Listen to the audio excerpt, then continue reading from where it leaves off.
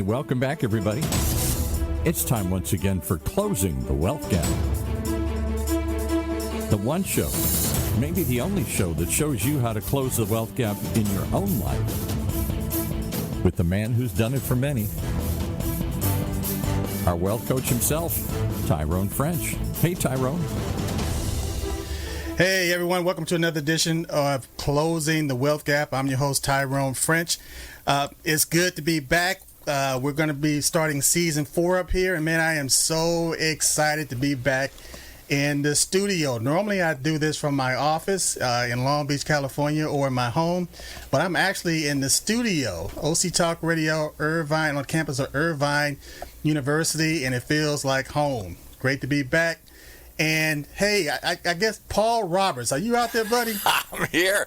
I can't believe I have the force. I have two forces of nature in the house here today. We got Force Master Chief Christopher L Penton in the house. How you doing there? Doing great, doing great. He's got 400 badges on his jacket here for those who are watching rather than just listening. He tells me he was connected with. I thought he just buys these by the box or something. He just puts them on his jacket here. I actually buy them by the story. I mean, 400 badges and 500 stories. Figure that way. Hey, you know, time is limited today, so what I want to do, since we have Force Master Chief Christopher Penton, I want you to tell your story based on, because again, you got a lot of patches on your jacket, but give us a really quick synopsis based on what it takes to be a Force Master Chief and your journey from, because a lot of people don't know this, but you and I was actually in basic training in San Diego back in 1991, September 1981. September 81.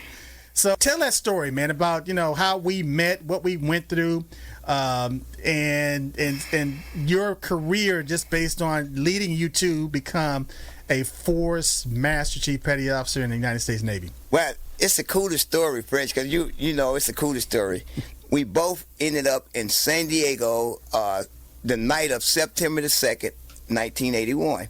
So what happened is, I actually was born and raised in Bogalusa, Bogalusa, Louisiana. I'm going to tell you how to get to Bogalusa. Bogalusa is 60 miles north of New Orleans. Okay. You have to be going to Bogalusa to get to Bogalusa. I mean, you just don't happen to end up there. No. So I was born in 1960 in Louisiana. Okay. So I didn't know my father my whole life. My father lived out in California. So when I graduated at 17, I came out to live with him. Okay. So I was living with him on 96th and Crenshaw, right in front of Reverend Price First Church at Hardy, the intersection right there. Yes. So my father had a business. Okay, you got to really listen to the words. He had a business. His business was cleaning parking lots. You know, when the parking lots closed, he had these trucks that come in and with the big vacuum and all that. Yeah. So he had went to Hawthorne Mall. I had went to Hawthorne Mall with him in July of 1981. Okay. And he had got a contract to clean the mall. So on our way home, he was telling the guy, when we went in there, he had a blaze on and a tie and a briefcase. I'm saying, what's in that briefcase? I've never seen you with a briefcase. So we go there and he get a contract to come clean the parking lot. Okay. Because he said he got 3 trucks and the capacity to clean up. So we go there. The next day, we go there to clean up the parking lot. And we get out. So you telling me cleaning up parking lots drove you into the Navy? Yes. Literally drove me into the Navy. Okay. So we went by there and we was cleaning up. So the first day, the truck wasn't there. The second weekend we went, I'm like, hey, you know, this is becoming routine. Where's the trucks? He said, well, let's get one thing straight. First of all, I don't have no trucks. I said, well, how we going to clean this mall parking lot? He said, me and you, some brooms, dustpan, and garbage bag. I said, okay, I did that for about 2 weeks. And I was driving home. Here go the driving part. Okay. I was driving home down Vermont and Manchester. Okay. And it was a recruiting station. I remember that recruiting on that station. corner. Yes. And there was a sign there with Uncle Sam pointing directly at me and say, Uncle Sam wants you. And I said to myself, oh no, not as bad as I want you. That was on a Wednesday. Thursday, I took the test. Friday, I went down to MAPS and took the physical. And Monday, I was on a bus from L.A. to San Diego. Wow. That quick. Wow. Now, you got to realize, I had a Louisiana education. Now, people don't know this, but I scored 18 on the AFQT. And I'm going to tell you why I scored. First of all, I didn't know that the test had that much. Well, first of all, a lot of our listeners don't know what the AFQT is. They don't know what the score is. Okay. What that means is that if you're scored between 1 to 10, you're grading something from a 1 to 10 level or a scale. An 18 on AFQT is about a 3. Yeah. Or we can put it down like this. If the test score is 100, I scored an 18 out of the percentage. Right. Yes. So that means I didn't really qualify. I don't think I qualified to do in the Navy would get out the recruiter car. Right. And do anything they wanted me to do. So they were bringing in 125,000 people a year that year I joined. So I benefit from that because they were trying to go to a 500 fleet. Okay. Okay. So I didn't qualify for anything. I came into the E1. Okay. Because I didn't come in as anything, I had an opportunity to find a rate I really wanted to get into. Right. So I went from E1, non-designated, to E5 in 2 years. Wow. Then I made E5. I went from E5 to E6. I had 7 years in the Navy. I was a first class at 5 years. Well, so just to give some historical background, normally it takes about 8-9 years to do what you just did in 5 years. Yeah. And then the other part of that is I made chief in 7.5 years. Some people do 20 years and don't make chief. I did it in 7 years. And I made senior chief not the first time up. I made senior chief the second time up with 12 years in. Wow. And I was a master chief with 15.5. But I scored an 8. Now, don't take away from I scored an 18 to get in, right, which was like the lowest score you could ever score. Right. To get in. They say you don't qualify. No, you're not going to be now. You're going to be a menace to me. Wow. But I went from E1 to E9 in 15.5 years. Wow. And I was a master chief, the highest rank, for 14.5 years. I was the command master chief for the USS Nimitz, the USS Nimitz Battle Group. That's about 10,000 people. The USS Bellewood, 2,500 Marines and another 1,000 sailors. The USS Bunker Hill, an Aegis-class cruiser. The region in Washington, D.C., and I was the Force Master Chief of Navy Recruiting Command. I was in charge of recruiting 40,000 people a year for 6 years. Wow. But I scored an 18. Don't ever lose that right there. Exactly.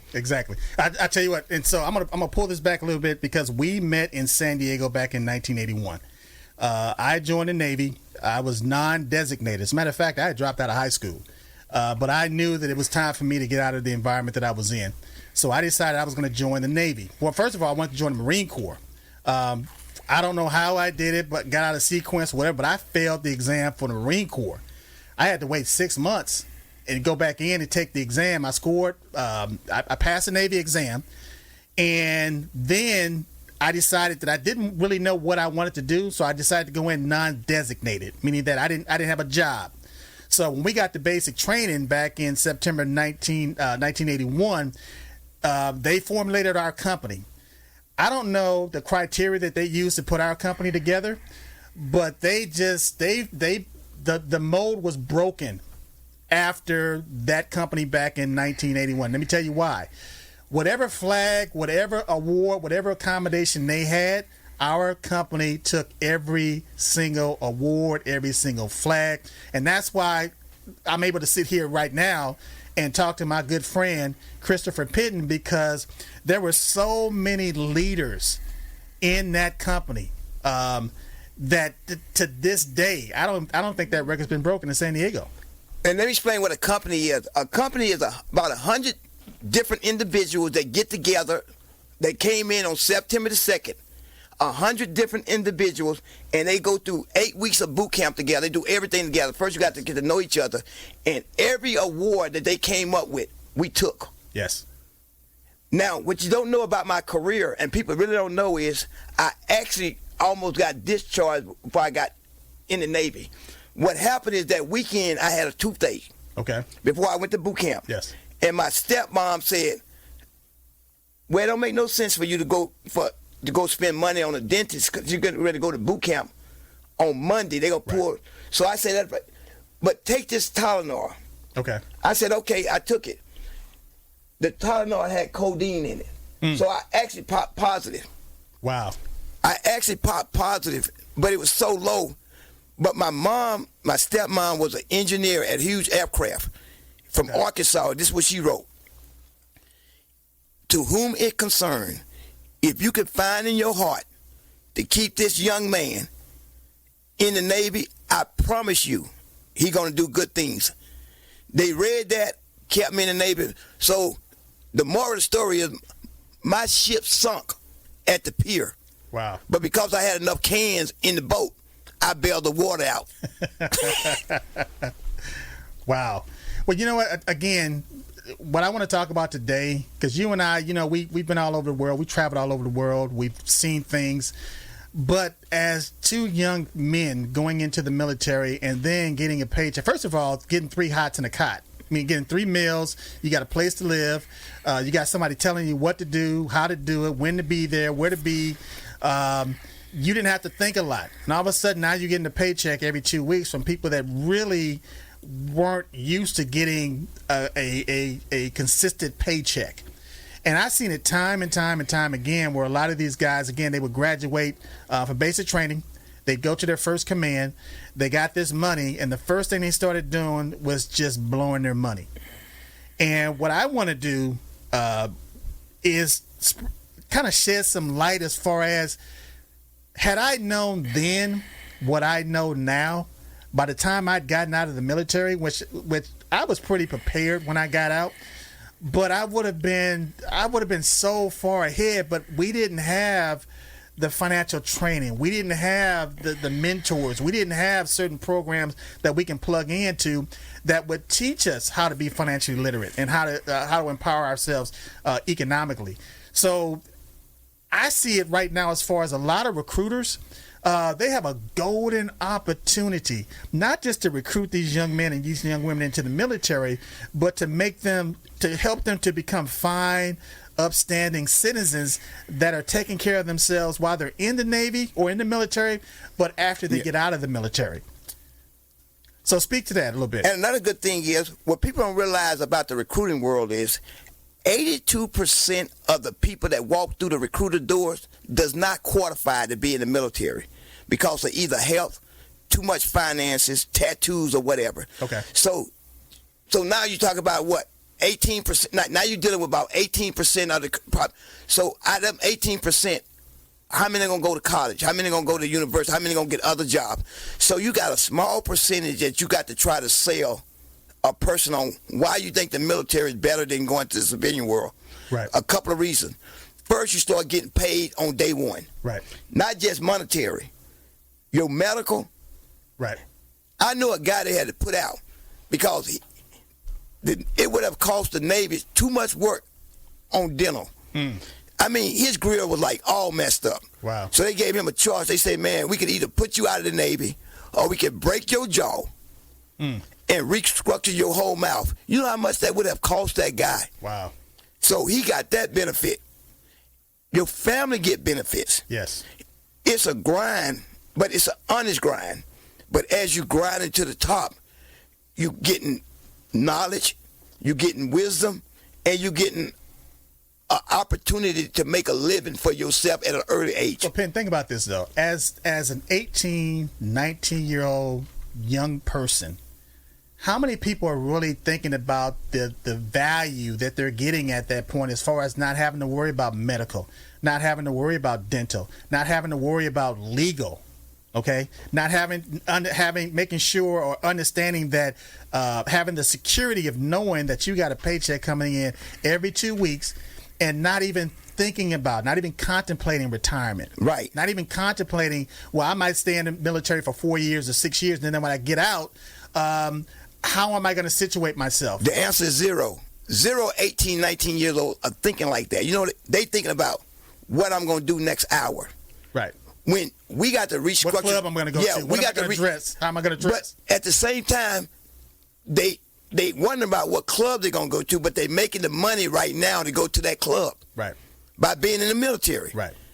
And then you get access to different things, you know, just by being in the military. They got different clubs on base. Right. That don't cost you anything. Right. So it opens up a whole different life if you want to live that structure. Right. You know, a lot of people today, they're into this fitness thing. And they like a lot of guys, they want the 6-pack abs, and you want to be, but if you're a civilian, you're paying to go to the gym, 3, 4, 5 times a week. Whereas on the military, that gym is open 7 days a week. So again, there's just so many benefits to being in that environment that a lot of times we don't think about. But again, knowing what I know now versus back then, I had a stereo. I didn't just have a stereo. I had components to my stereo. I had a separate equalizer, a separate power supply, 400 watt left and right channel power supplies. I had the best Bose speakers that money could buy. Nakamichi turntables. I mean, thousands and thousands and thousands of dollars that I put into my stereo equipment. And by the time I got out, I had little to no money in my GI Bill for college. Now, thank God that before I got out of the military, I was an avionics technician. Actually, to be specific, anti-submarine warfare technician. When I went into the military, again, I was non-designated, so I didn't go to an A school or electronics school. When I went to the fleet, just based on my own aptitude, I realized that I understood systems and electronics.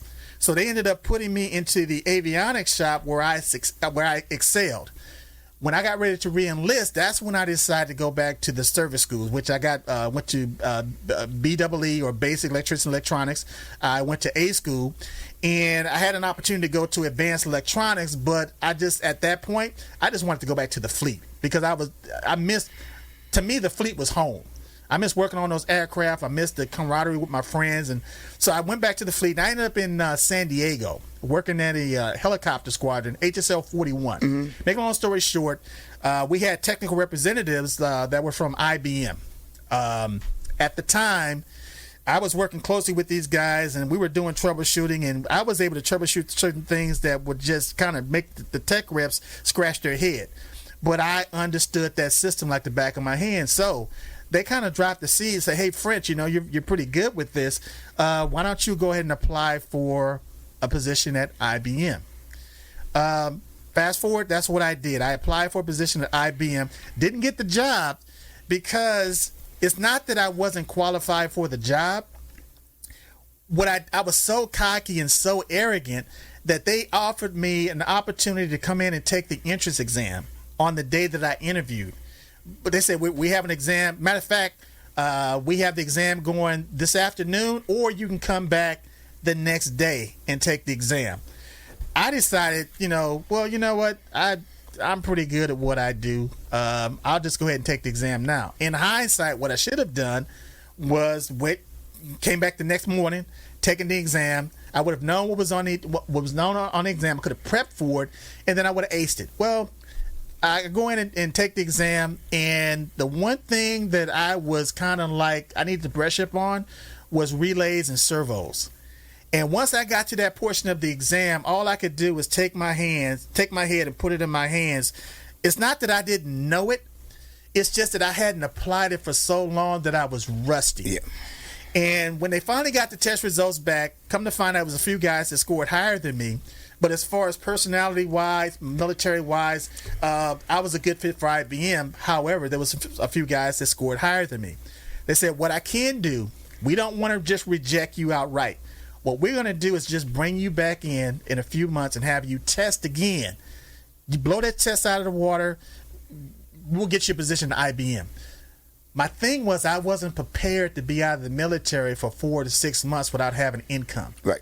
So what I ended up doing was going to Long Beach, California, to McDonnell Douglas. At this time, I had my stuff together. I had the right portfolio. I had my resume together. I was wearing the right suit, the right colors.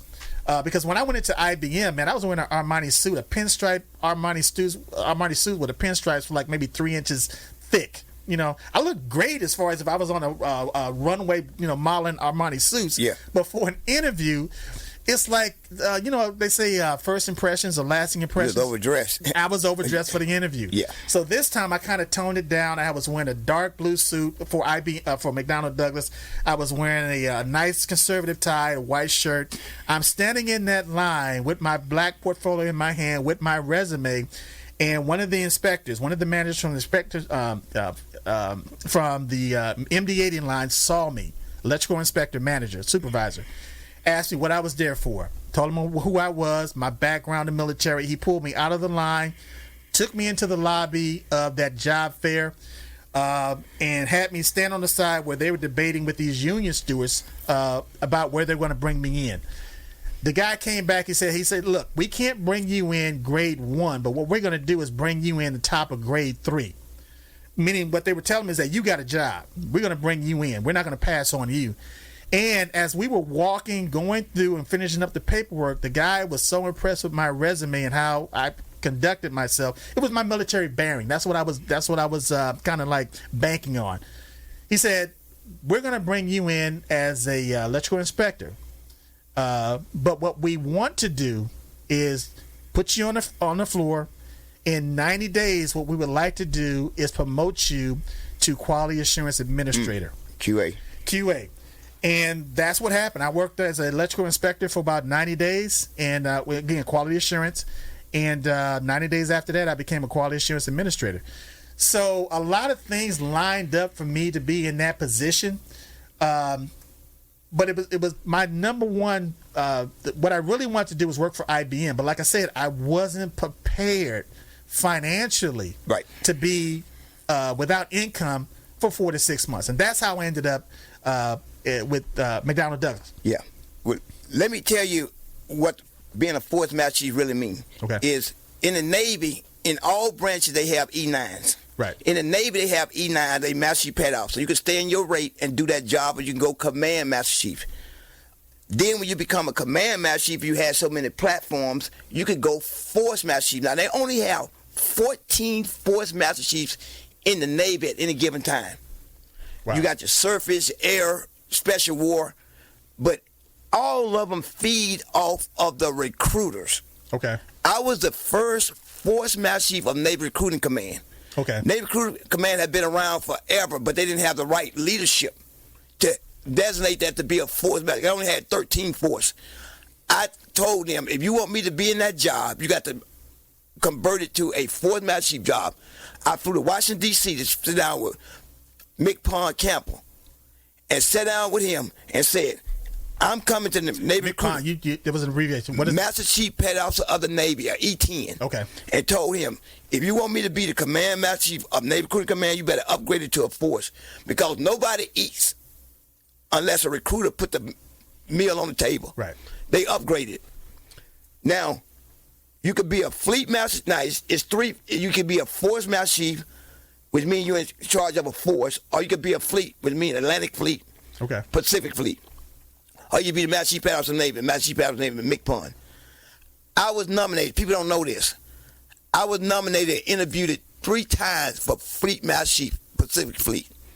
I interviewed 3 times for Atlantic Fleet Master Chief. Wow. And I interviewed 3 times for the Master Chief Petty Officer of the Navy. Wow. 3 times. So let me do this. We're gonna cut to the chase here because our time is limited. There's a movie out that was done by PBS. It's called Carrier. And the reason I want to bring this up is because you were the Command Master Chief Petty Officer on the USS Nimitz. How did that come about? Well, they were searching. They wanted to do a reality show about the Navy in real life. Okay. So they were searching for a ship that was getting ready to go out to sea, that had the right leadership on board, because you got 5,500 people on board that ship and another 10,000 in the whole battle group. Okay. Any one incident can sink that captain or the admiral career. So you had a black command master chief. Okay.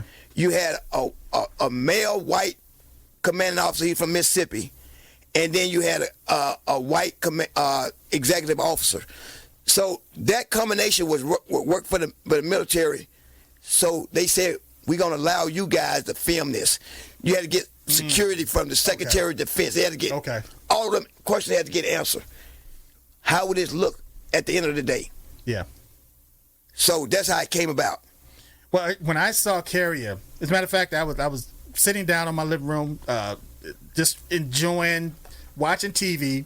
Ended up on PBS, and this program came up about Carrier.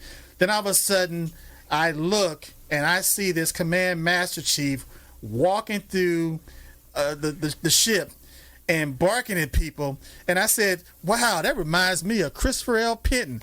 Then all of a sudden, I looked. It is Penton. And I sat there, man, I watched the entire series. And again, for our audience closing the wealth gap, if you haven't seen that PBS series Carrier, I highly recommend you take a look at it because it's so real. It's so true as far as day-to-day life, as far as being in the Navy back then aboard the USS Nimitz. And it's a powerful story. I just think that everybody, if you're planning on going to the military, you should see it. If you're a veteran, you should take a look at it. But it's a lot of good stuff. And you also did some acting with Denzel Washington. Yeah, when I was the Command Master Chief of the USS Bellewood, they shot the movie, the Antoine Fisher Story. Yes. So that was Denzel's first movie being a director, and he had a whole lot of new actors. So they had the military side of it.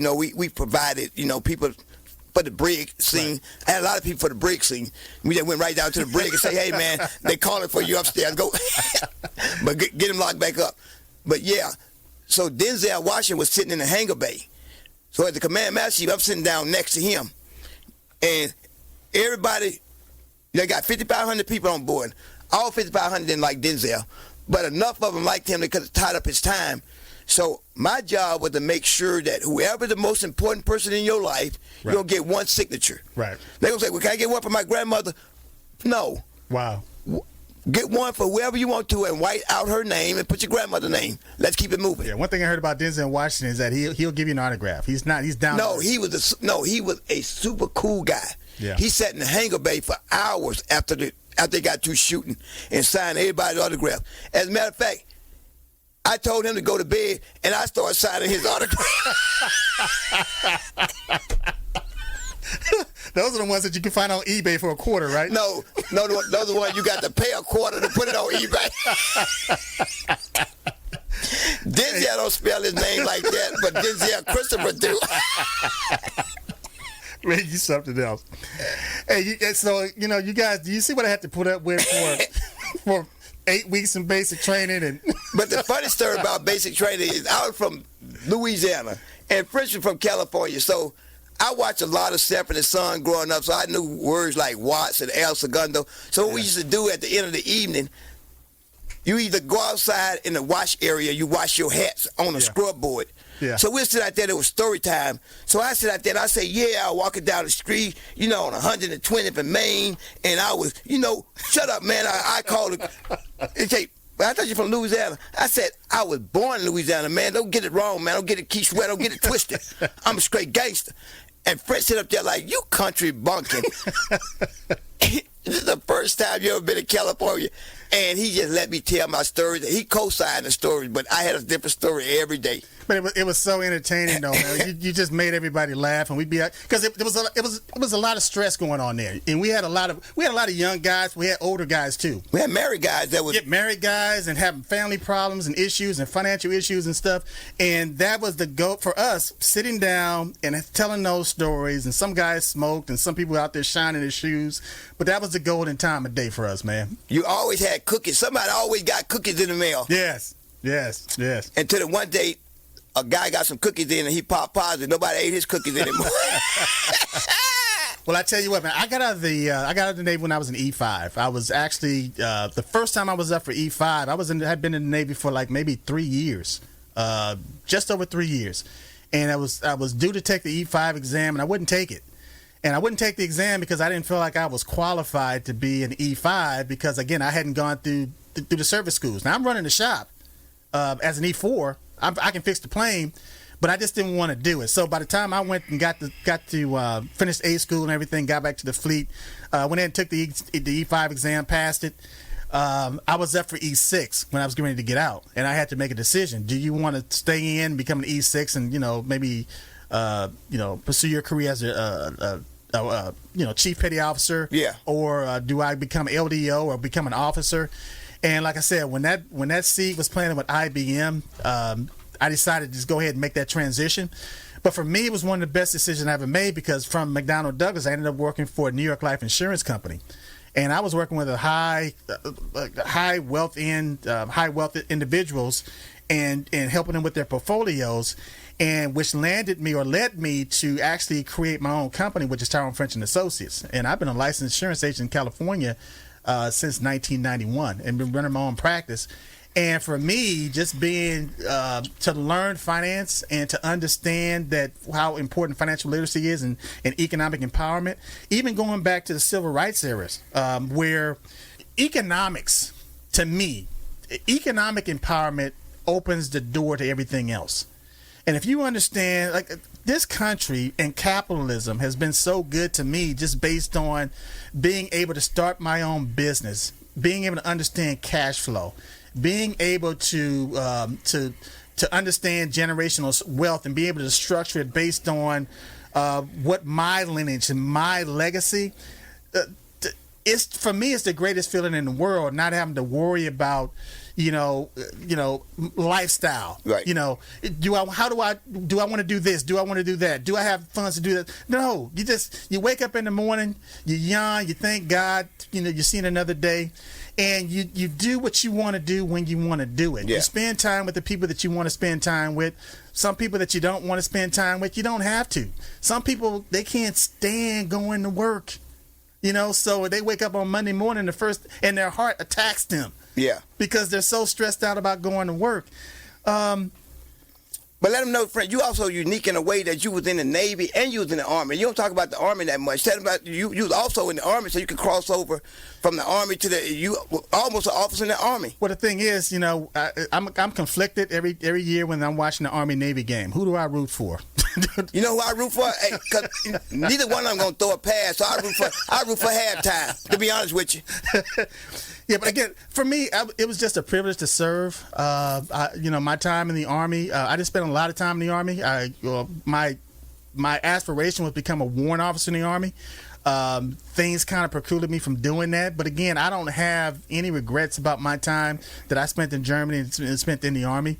But again, it all led me to where I am now, as far as being able to look back and say, this country, the military, has helped me tremendously.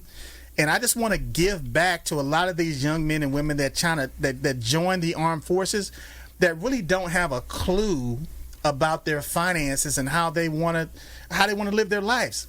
And just instead of being reactionary, I'd rather teach people how to be proactive, right, with their finances, and proactive with their estate planning, and proactive with whether they want to work on a job 9 to 5 or whether they want to start their own business. Because right now we live in a new economy. We call it a gig economy. And a lot of employers now, they're not hiring people for 40 hours a week, because it's easier for them to hire them part-time so that they don't get benefits. Right. So a lot of people that join the military, they don't have to worry about the things that a lot of civilians would have to worry about as far as benefits, because they already have medical. Yeah. Let's say if they're service connected, they're going to get they'll get dental at a certain percentage. But if they don't, there are actually programs that people can literally purchase to get dental, which is almost next to nothing. Yeah. So a lot of the problems that the average person will have as far as being an independent contractor and starting their own business, a lot of veterans don't have that problem. And that's where I come in at, because see, I want to make veterans aware of all the benefits. See, everybody get caught up on the monetary benefits of being a veteran, right, but you also have, depending on your percentage, you don't have to pay property tax. Exactly. You get a couple of your vehicles. Yes. Vehicle registration is just free. It's a lot of stuff that veterans don't know. You don't know what you don't know. Yes. But you have paid and you have done your time. So that's what we try to just make awareness. Well, I tell you what, I recently had a friend of mine passed away. Somebody that I served with when I was on Guam. As a matter of fact, he helped me become an avionics technician. And he was working for the VA hospital at the time. He passed away, had a stroke and passed away. And his family was so heavily dependent on him because he handled the finances. And I can remember like it was yesterday. He came into my office. He was interested in getting a trust for his family and doing a reverse mortgage. So if, God forbid, if something were to happen to him, his wife wouldn't have to worry about that mortgage payment. Well, he passed away before we can do the reverse mortgage or we can do the trust. And because of our association, even though he had passed away, I was able to step in and to help his family to refinance their property so that make it affordable for the family to stay there, to put the trust in place, whereas we put that property in place to whereas if the mother had passed away because the dad was already gone, if the mother had passed away, now the property actually transfers to the kids. And also with his pension, and which actually became a part of her income. So she went from a situation where, she had lost her husband and was worried about how they were going to survive and how we're going to keep the house and the cars, to now this woman doesn't have a care in the world because of the benefits that he had when he was in the military. He retired as the lieutenant commander. As lieutenant commander. Yeah, I spoke at his funeral. Yeah. Yes. So I'm just saying, there's so many benefits to being a veteran, being in the military and being a veteran, that if we can just reach a few of these guys and help them to prepare themselves before they get out, it's life-changing. That's right. Life-changing. I would tell anybody that's 18 years old, that's getting ready to graduate from high school, if somebody asks you a question, what are you going to do with your life? If it takes you that much time to think about it, you should go to the military for at least 4 years. We're not talking about going to war. Right. We say go to military. First of all, you're going to get discipline. Mm-hmm. You're going to get opportunity to save money. You're going to take college courses. Mm-hmm. You can do everything you want to do. Yeah. So I tell you what, man, we're running out of time right now. We're going to continue this segment, and we're going to actually start bringing in certain veterans and certain people from organizations that can, again, help these recruits, on people that are on active duty. And we're going to have programs to whereas when people get out of the military, that they have a system that they can plug into, again, that's going to help them to not only just to recognize the benefits that they have, because you don't know what you don't know. So to expose a lot of people to the just benefits that they have, but also, why would you give somebody a brand new car and they not know how to drive? Yeah. So we're also going to teach them how to drive these vehicles, how to take advantage of them to whereas they're actually beneficial for them and their family. Or give a person a brand new car and don't give them a maintenance plan, a service plan. Or if you want to be cruel, give them a brand new car and no gas. Oh, you want to get cruel? Give them a brand new car and take the wheels off of it. I mean, we could go.